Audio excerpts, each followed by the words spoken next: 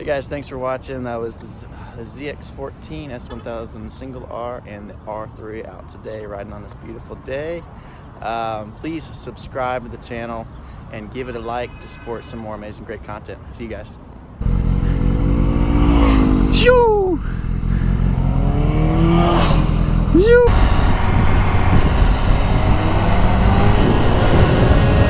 There he goes.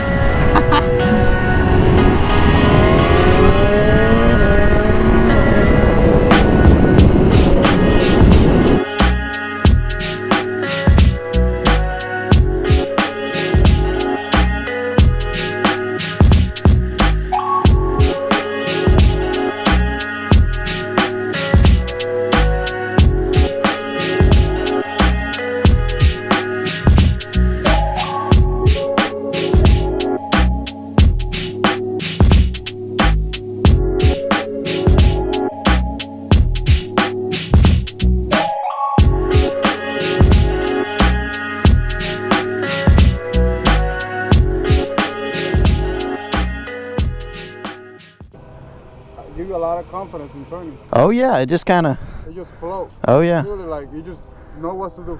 Yeah. Like, okay. So what do you think about it? I like it. I mean, the only thing we need to test drive will be the highway riding. Yeah. To feel how much of an effect. Because I used to have the Ducati that I had, the Diablo, was that the wind was such a factor that it was discouraging at times. Yeah. But besides that, like, it gave you so much confidence. Yeah. That was a simple turn, though. Yeah. Then when I went to switchback, it just literally just did what. Okay, you're doing it for me. Thank you. Yeah. People take these to the track too. Yeah, I mean. Yeah. I can see why. So cool. What do you think about it, Heather? What, my bike or this one? Both of your bikes. I like it. Huh? Oh, I forgot he's recording. Yeah, you have an interview on here now. I'm talking. I'm like, okay. We're live in this video. Okay, so today we've got the R3. They got Luis on the ZX14. He's fat boy in the off season. And the new S1000R. So we're taking this thing on a ride. Wow, very nice. So let's get to it. Alright guys, like I said, we got the new S1000R I'm on. Riding with Luis today and Heather. So what happened with this bike was I have my XR and I got to the dealer and he was able to, this is a 19 S1000R, so he was able to go and eat up all of my negative equity on my XR. And the good thing about this bike is it sits a lot lower. As you can see, I'm flat-footed on this. And it has the same exact engine that's in a XR and a double R, except it's down-tuned more practically to the mid-range and the low. And so it's torquier. You know, with a double R, it shines in upper revs. With this bike, it makes a lot more sense just riding around town. It is more comfortable and just feels more like a commuter bike to me. So the main goal of getting this, and you know, I just got a Ducati V4S too, so like 2 bikes in 2 weeks, you're like, are you having a midlife crisis already at 26? And I mean, I think anyone that has a motorcycle knows that motorcycles are an outlet. As in, you know, I talked to a policeman today that does a lot of riding, that's taught the classes, which are free, by the way. I would highly recommend taking them if you're a new rider, even if you're an advanced rider. The motorcycle police, you can take a free class where they'll follow you around and give you tips on how to ride better, how to be safer. And these are from guys that have passed that 2-week intensive riding course. But for all intents and purposes, I got this bike because I got out of my XR pretty much really easily. I lowered my payment by like 150 bucks, and it's a bike that Heather can grow into when she grows out of this R3.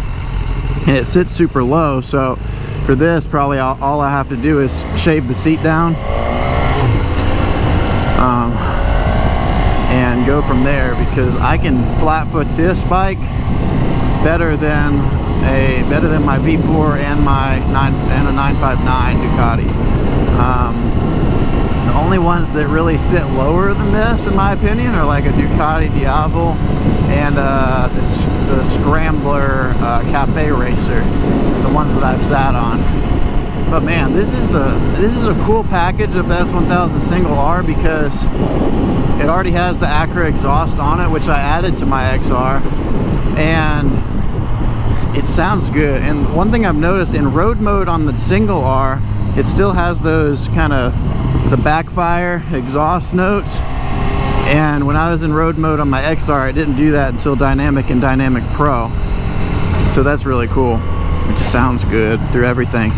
In rain mode, it'll down tune this bike down to like 130 horsepower. So for a person that's scared to get like on a full-fledged, full-tuned leader bike, it makes a lot of sense. So if you put it in rain mode, like if you don't know this, you can just cycle through those 4 modes like that.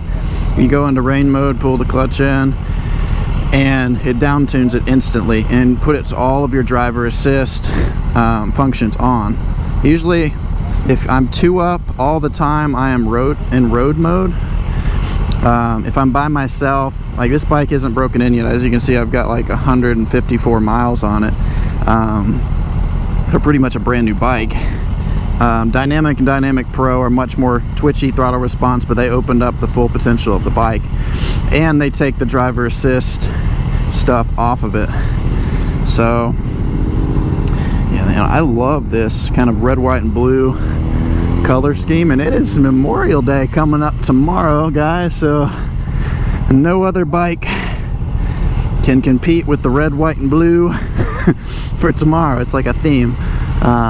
But yeah, I will definitely be riding tomorrow as well. So if you guys saw Heather's R3 video, you can see that tail light on there.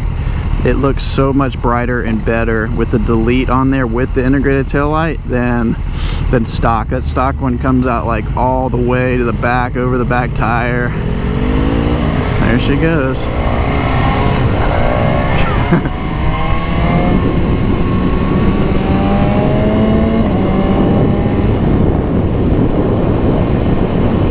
About an R3 being able to keep up, I mean, the bike goes plenty fast for the roads, guys.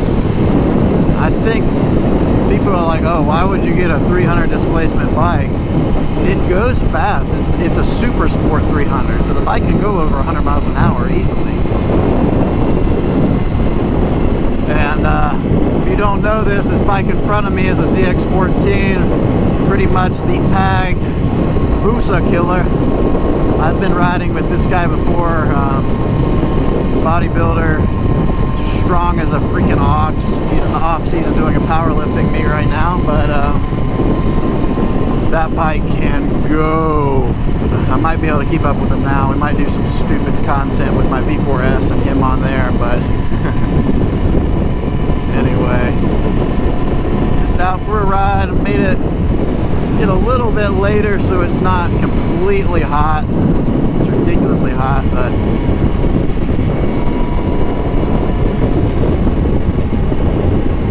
yeah, you can tell the difference between the back wheel on an R3 versus a ZX14 right here. It's like almost half the size. My V4S has a 40 on it. I'm like, good God, it's the biggest tire I've ever had on a bike. We're just gonna do some urban driving today. I thought I would just talk about, you know, why I got into this bike and why I love this bike. I mean, honestly, the main reason, like I was saying, was it was a really easy transition over using the same engine, same interfaces, same controls. Everything is the same on the handlebars as an XR. I didn't use like the BMW Nav5 or Nav6 mount. Like, I just mounted my phone. I'm still gonna have to figure out how to mount my phone on this bike. Probably do a clamp on right here or on the left side. if you are highway riding on this, you can also get a windscreen to go on the front that comes up a little bit more there.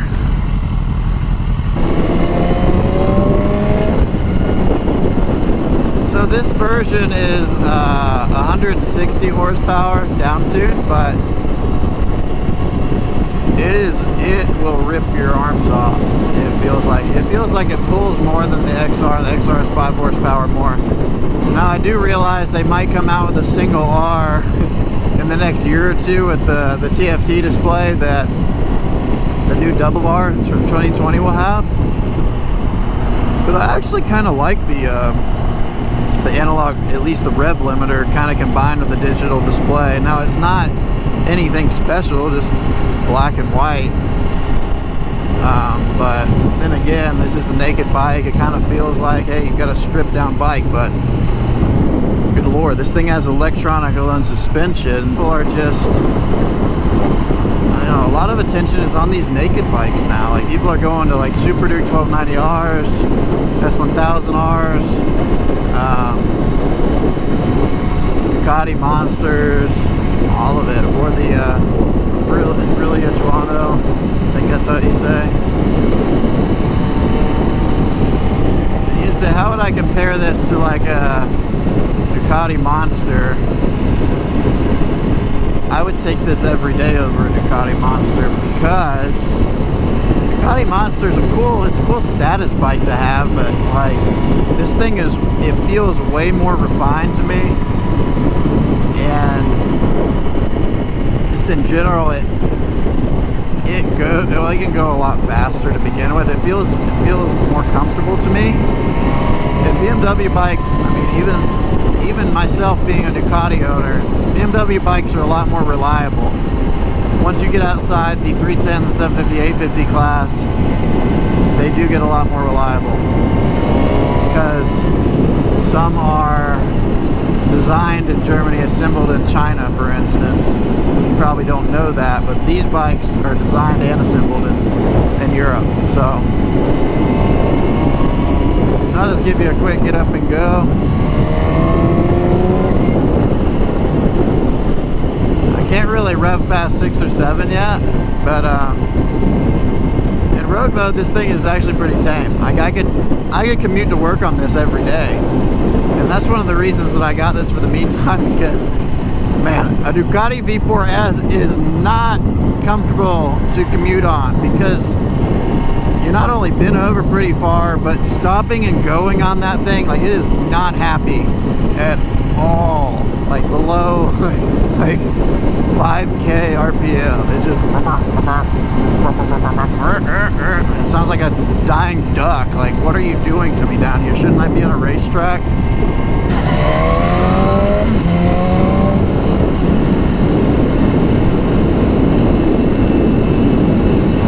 The car almost killed me.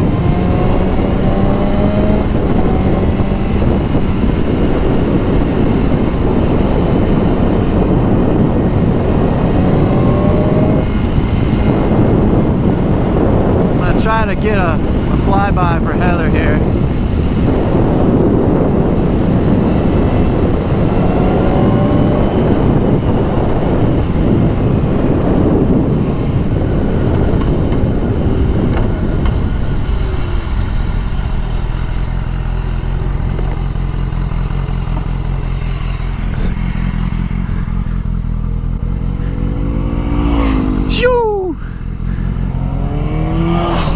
Zoom!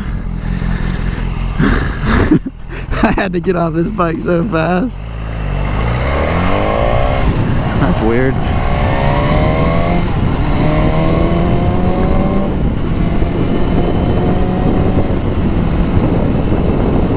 They're fun little turns here. Oh my gosh.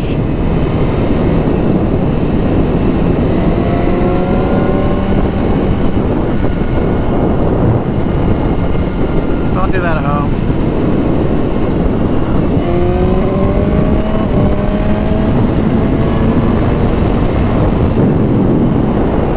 Woo. So quality of the R3 on the highway. I know a lot of you guys on the channel have gotten here based on this R3 right here. But as you can see, the bike's not shaking at all. She's in a very comfortable posture. Her head's not getting bludgeoned around or anything. The bike's not moving a lot. And altogether, she looks super comfortable on it. And we're going around 70 highway speed right now on this highway. It looks good. I mean, it looks good stock, but when you add these awesome parts, it looks even better.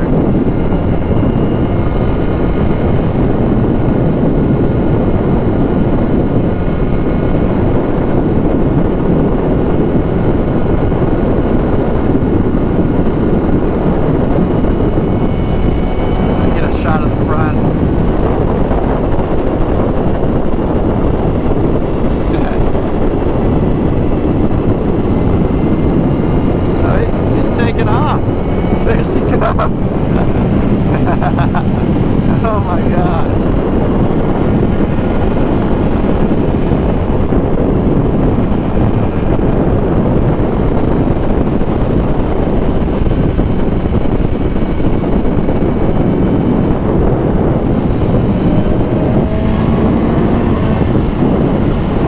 Take that.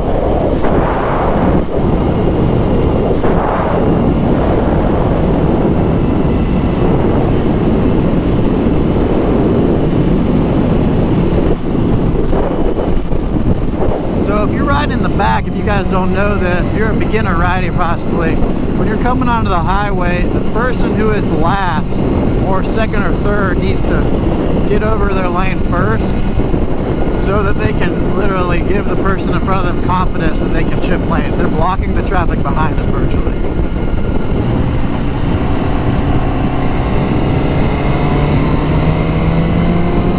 Nice. Heather is killing it, guys. She's only been riding for 2 months. And only probably been on rides for like 4 or 5 times.